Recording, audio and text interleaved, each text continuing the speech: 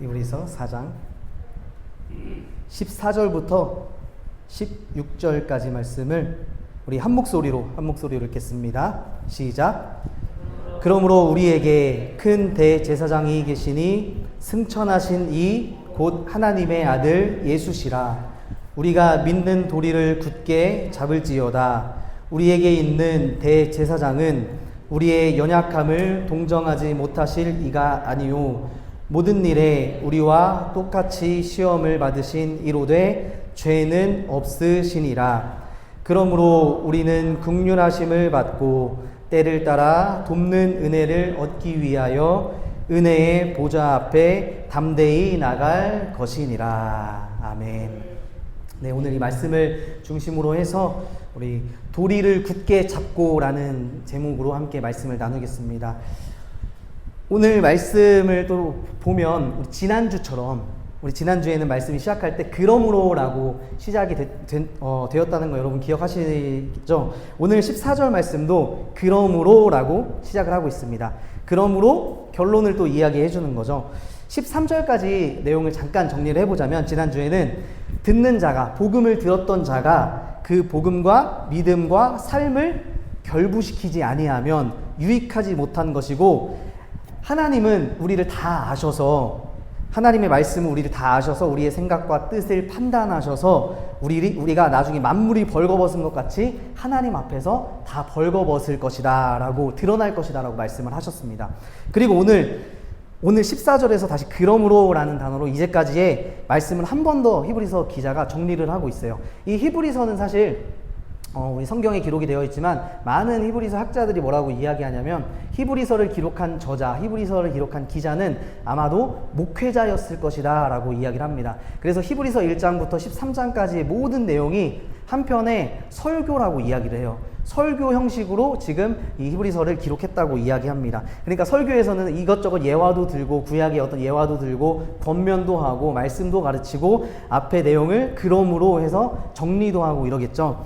오늘 14절 말씀에 보면 한 번 더 정리를 해주고 있는데요. 14절 말씀에 이렇게 이야기를 합니다. 우리에게 큰 대제사장이 계시니 이 대제사장은 승천하시니 곧 하나님의 아들 예수시라고 말씀합니다. 우리가 믿는 도리를 굳게 잡을지어다 라고 말씀하고 있어요.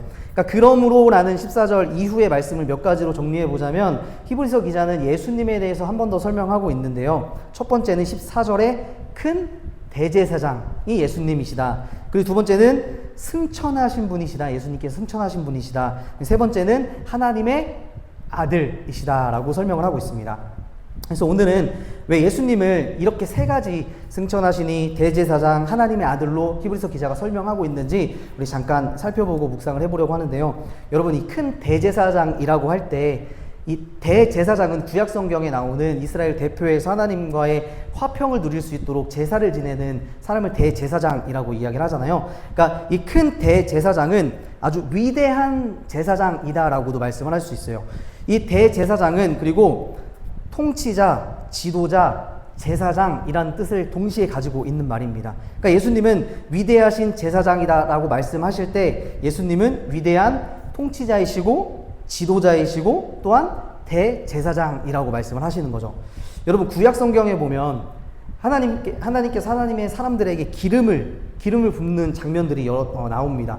그 중에 기름을 붓는 자들, 기름을 부음을 받는 자들은 세 부류의 사람, 지도자로 나오는데, 선지자가 하나님의 기름 부음을 받습니다. 그리고 왕이 하나님의 기름 부음을 받아요. 그리고 제사장이 하나님의 기름 부음을 받습니다. 그래서 이 기름을 붓다라는 말은 메시아라는 말이에요. 메시아. 그러니까 하나님의 뜻을 수행하기 위해서 하나님이 선택하시고 기름을 부어 세운 자가 바로 이 기름을 부어서 세운 메시아라는 거죠. 이렇게 생각해 볼 때 예수님은 위대한 대제사장이시고 왕이시고 또 예언자적인 선지자적인 인물로 이 땅에 오셨다라는 것이 중요하다는 것입니다. 더 중요한 것은 대제사장이 가장 큰 임무가 무엇일까요? 대제사장이 구약 성경에 보면 대제사장이 가장 큰 사역, 가장 큰 임무는 대속죄일에 1년에 한 번 이스라엘 공동체를 위해서 죄를 속죄하는 일이 대제사장이 가장 핵심적으로 하는 일이었습니다. 근데 모세의 율법에 따르면 이 대제사장은 이 아론의 계통, 아론의 그 직계에서 계속 제사장이 되는 거였죠. 또 다른 지파가 제사장이 될 수가 없었습니다. 그래서 이 대제사장은 모두 한 가문에서 계속해서 대제사장이 직책을 맡을 수 있었다라는 거예요. 이 대제사장들은 하나님께 제사를 올리고 또 희생 제사를 바치고 날마다 하나님께 소제를 올렸습니다. 이를 통해서 이 대제사장은 속죄의 일, 이 예식을 집행하는 것이 가장 핵심적인 큰 임무다라는 것을 알 수 있어요. 그래서 하나님이 예수 그리스도를 이 땅에 보내신 것은 이 대제사장이 드리는 제사에 대한 엄청난 관심이 있었고, 예수님께서 이 땅에 오신 것은 곧 속죄와 구속과 관련된 사역을 하시기 위해서 이 땅에 제사장으로 오셨다라는 것을 우리가 알 수 있습니다. 둘째로 예수님은 승천하신 분이다라고 말씀을 하고 있어요. 여러분, 승천이 뭐죠? 승천? 하늘로 올라가는 게 승천이죠. 여러분, TV에 보면 제가 우스갯소리지만 우리나라에도 막 하늘로 올라간 승천한다고 하는 그런 사람들이 많이 있습니다. 제가 청년들하고 이렇게 성경 공부를 하다가 우리나라에 제가 뭐 이렇게 이름을 거론할 수는 없지만 정치인 중에도 한 명 있죠. 승천한다고 하늘로 올라간다고. 네, 누구누구. 네. 잠깐 올라갔다가 우리는 중력 때문에 다시 떨어지는 거잖아요. 그죠? 우리가 하늘로 승천할 수는 없는 거잖아요. 근데 예수님께서는 하늘로 올라가신 분이다라는 거예요. 인간의 육체를 입고 부활하시고 하늘로 올라가셨다라는 말입니다. 그런데 이 승천하다라는 말은 원어로 보면 하늘을 통과하여서 어디론가 가다라는 뜻을 가지고 있어요. 그러니까 예수님 지금 어디 계실까요? 예수님, 우리가 고백하는 것처럼 하나님 보좌 우편에 앉아 계시다고 우리가 고백을 하잖아요. 이 승천이란 말 하늘을 통과해서 가셨다는 말인데, 우리가 말하는 진짜 이런 하늘, 우리가 보이는 하늘을 말할 수도 있지만 구약 성경에서는 이 하늘은 어떤 하늘이냐면 하나님이 거하시는 거룩한 장소를 하늘이다라고 구약 성경에서는 많이 표현하고 있다라는 것이 중요하다라는 거예요. 그래서 정리해보자면 이 승천이라는 말은 하늘을 통과하셔 가셨는데, 예수님이 어디로 가셨는지는 잘 모르겠습니다. 기록 하나님 우편에 앉아 계신다라고 우리가 알고 있죠.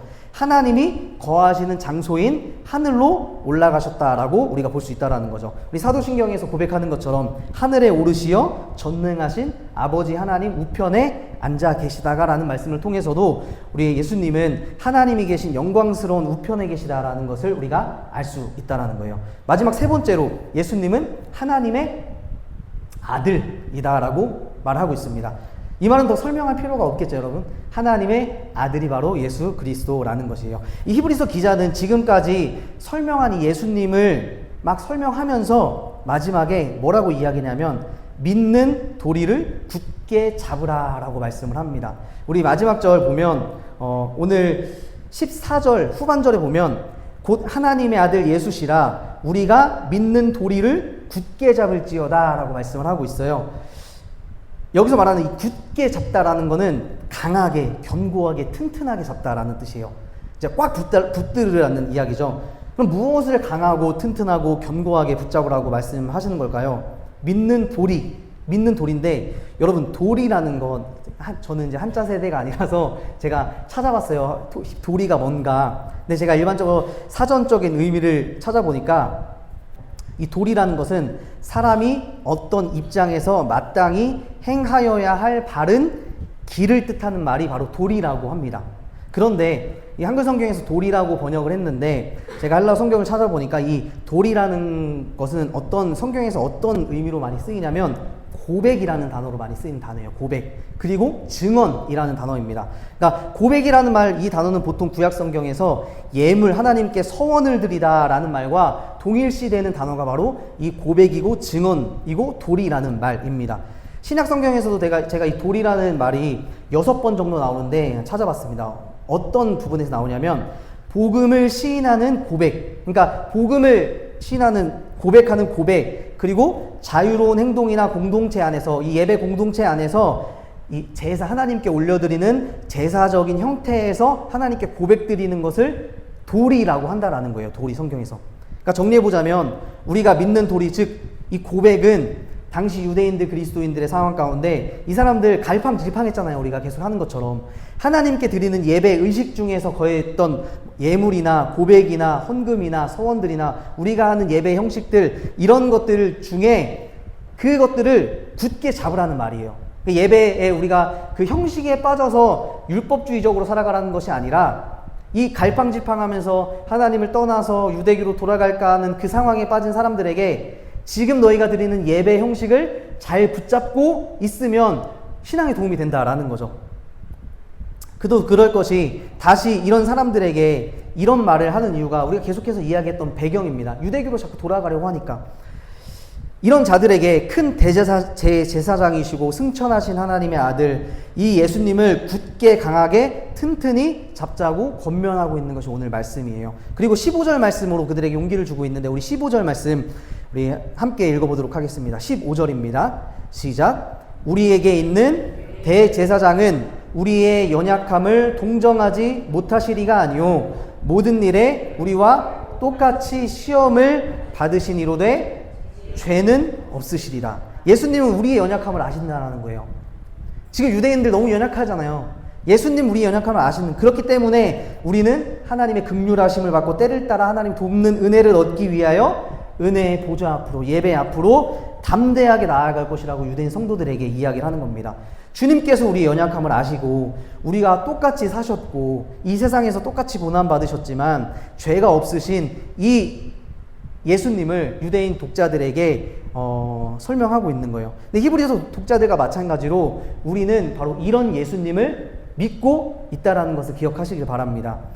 그래서 우리는 우리의 연약함을 아시고 우리를 늘 긍휼히 사랑하시는 이 주님 앞에 나아가는 성도님들 다 되어야 할 줄로 믿습니다. 오늘 말씀을 정리해보자면 이 히브리서 기자는 오늘 말씀 계속해서 히브리서 13장까지 뭐라고 이야기하냐면 막 설명을 하고 그러므로 예수다. 이게 끝입니다.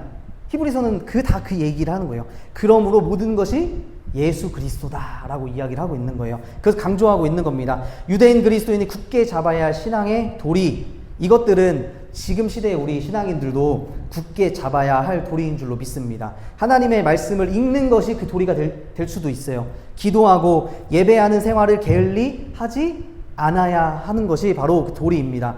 제가 이 말을 하는 것은 종교 생활을 열심히 하자라는 말이 아닙니다. 종교 생활을 열심히 해서 하나님 앞에 우리가 상급을 받는 것이 아니에요. 우리의 신앙 생활을 성장하게 하는 이 신앙의 고백들로서 해야 할 것들을 우리가 꾸준히 할 때 그때 예수님을 우리가 더 깊이 만나고 믿음이 성장하는 줄로 믿습니다. 그래서 여러분 열정이라는 말이 있죠. 열정이라는 말 우리가 많이 사용하는데 이 열정이란 말은 막 금방 뜨겁게 타오르는 것을 열정이라고 이야기하지 않는다고 해요. 열정 있는 사람 뭔가 막 뜨겁게 열심히 하는 사람 열정 있다고 하잖아요. 그런데 열정은 그런 게 아닙니다. 열정은 지속적으로 계속 하는 사람을 열정 있는 사람이라고 해요. 네. 열정적인 사람은 누가 뭐래도 꾸준하게 그 일을 계속하는 사람이 그 일에 열정을 가지고 있는 사람이라고 말할 수 있다는 것입니다. 그래서 여러분들 제가 권면드리기로 히브리서의 기자의 말씀처럼 꾸준히 열심을 가지고 막 뜨겁게 하라는 것이 아니라 천천히 우리가 조용하게 해도 열정을 가지고 이 신앙의 도리를 지키고 나아가는 여러분들 다 되시길 주님의 이름으로 축복합니다. 함께 기도하겠습니다.